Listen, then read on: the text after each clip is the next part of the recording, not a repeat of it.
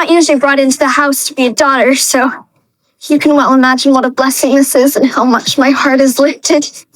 Matthew Cuthbert? Who's that? Where is the boy? There wasn't any boy. Hi everyone, welcome to the channel. If you're here, it means that you care about learning real and natural English, not just the English that you find in textbooks. Today, we're diving into expressions from N with an E, and by the end of this video, you'll not only know what these expressions mean, but you actually learn how to use them in real life English. So let's begin. Pray this isn't foolishness. But it's too late now. We made a practical decision. We'll just have to hope for the best. In spite of all the worry, I'm relieved to know you'll have a regular hand about the place. Can't buy loyalty. Since when do you sit at the table without washing your hands? I've been set on it since winter, so there's no point fretting now. Not that I disagree, because I don't.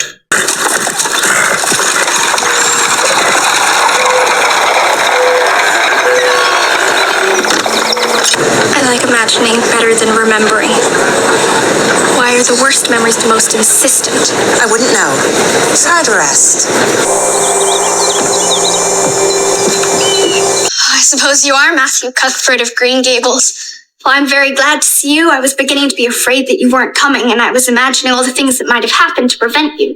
I'd made up my mind that if you didn't come for me, I'd go down the track to that big wild cherry tree and climb up into it and stay all night. Make a practical decision. You usually use this expression when you want to make a decision based on what's realistic, sensible, or useful. So make a decision based on your mind, not what your heart says.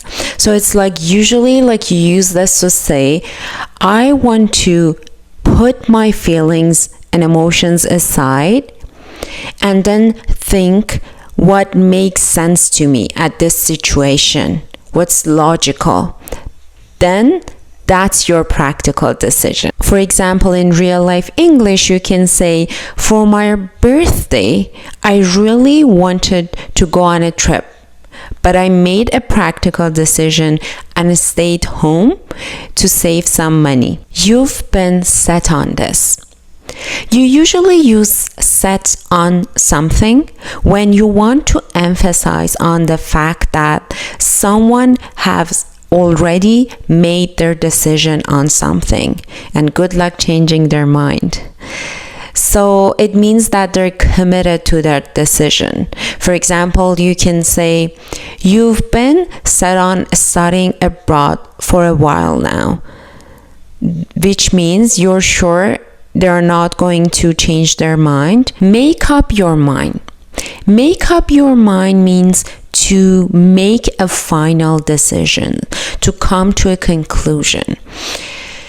You usually use this to say, okay, I'm considering all the options that I have and I'm going back and forth to eventually decide what works best for me.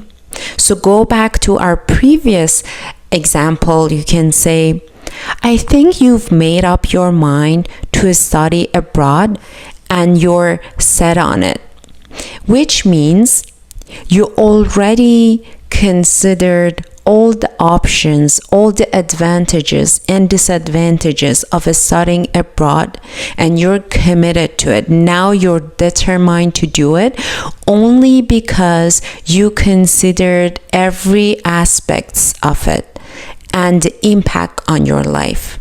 I want you to know that I'm forever grateful that you're adopting me. You're a sight for sore eyes, Mr. Cuthbert. I'm not usually brought into the house to be a daughter, so you can well imagine what a blessing this is and how much my heart is lifted. Kinda pretty. Oh, pretty doesn't seem the right word to use, nor beautiful either. They don't go far enough. A sight for sore eyes.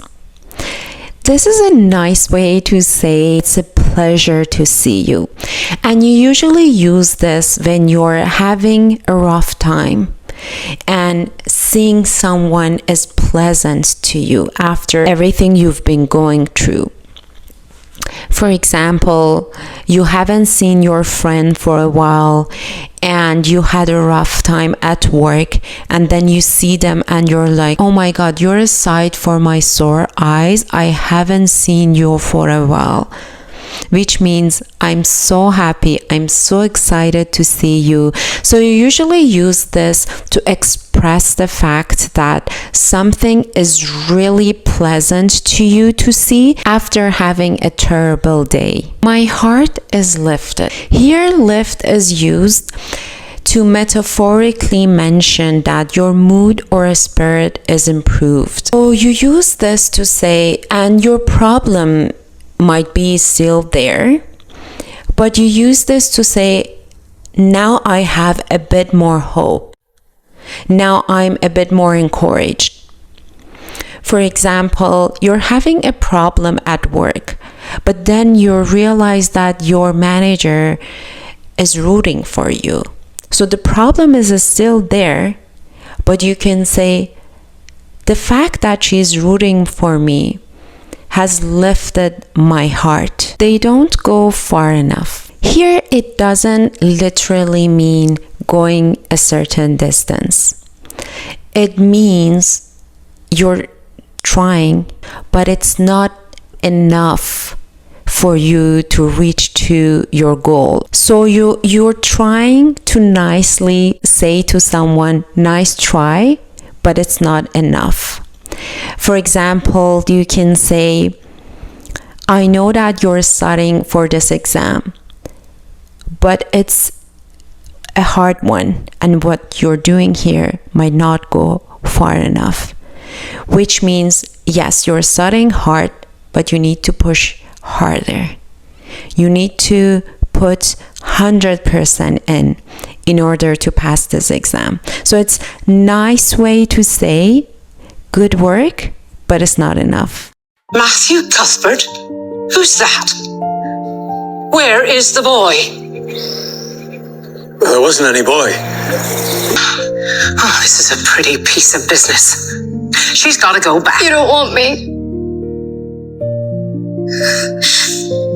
I should have expected it. What is your name? What does it matter, Penelope? Penelope has a very tragical ring to it. What is your name, child? My name is Anne. Plain Anne. Anne is a fine name. Something has a ring to it.